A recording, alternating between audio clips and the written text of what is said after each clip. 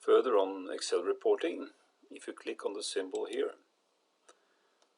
you are prompted to select one of the existing Excel templates available.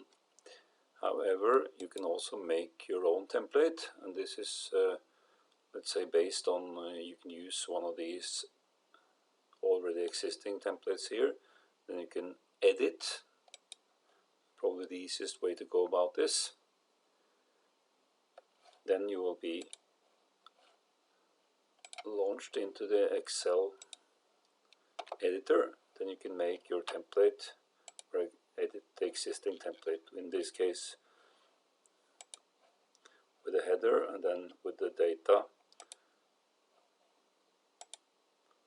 for this specific template. This all uses the NorReport module, of course, for which there is also a good user description.